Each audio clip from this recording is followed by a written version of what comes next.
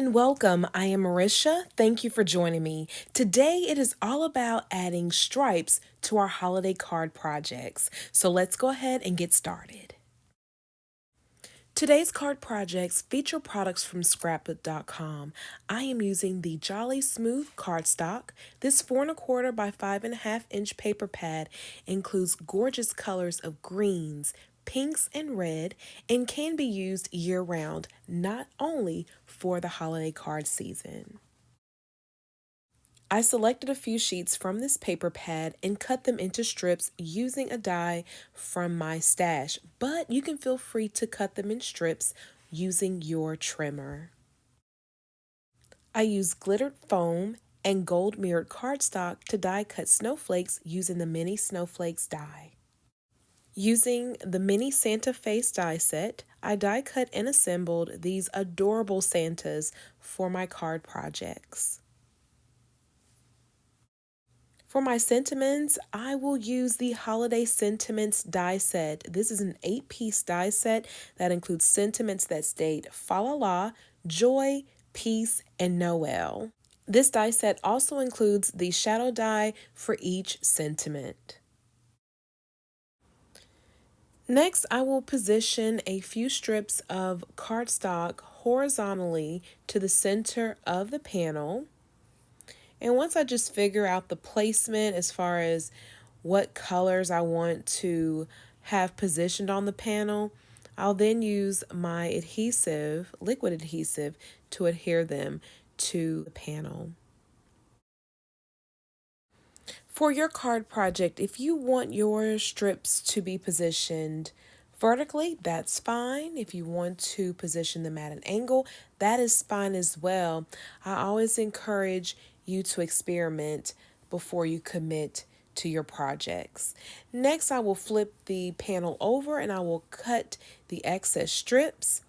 I then wanted to add some detail to this panel, so I used Pink Fresh Studios Snowflake Pierced Plate die to add piercing to this panel. It adds that extra interest that I really love. I will now bring in my other components, Santa, the snowflakes, and my sentiment, and I'm playing around with the placement. Once I'm happy with the placement, I will then adhere these elements to the panel. Now, my friend, I found myself in a bit of a pickle. I was trying to figure out what colored card base should I use for this project, white or red. They were both pretty and I was just going back and forth with it. So after going back and forth, I decided for this particular card to use the white card base, but I can always make another panel and adhere it to a red card base. And here is the final result of the first card project after I added additional snowflakes.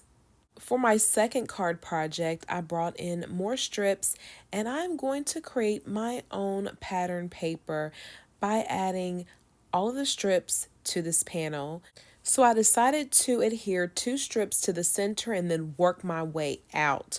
But you can do whatever works best for you. You can start at the bottom, work your way to the top, work your way to the bottom, and so forth. I've done this technique before and I find that working from the center and then working my way out works for me. I use Lawn Fawn's stitched rectangle die to add that stitching detail around the edge of this panel. I then adhered it to a gold mat. And once I finish positioning the components, I will then adhere them to my card front.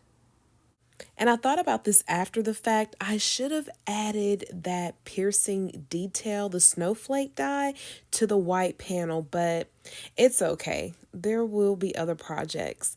Now I'm adhering the card front to my card base. This time I opted to use a red card base, making this card project complete. And here's a final look back at this card project I just completed. So cute. Now, any chance I get to add a snowflake to a card, I'm all for it because you know I love my snow. And here's a look back at the first card project that I created. Super cute, super easy projects to create. Thank you for joining me on today. I appreciate you so much for stopping by. I thank you for subscribing, clicking the thumbs up button and the notification bell so you don't miss out on new tutorials. I am sending you love and a whole lot of hugs. Until the next crafty project, please take care.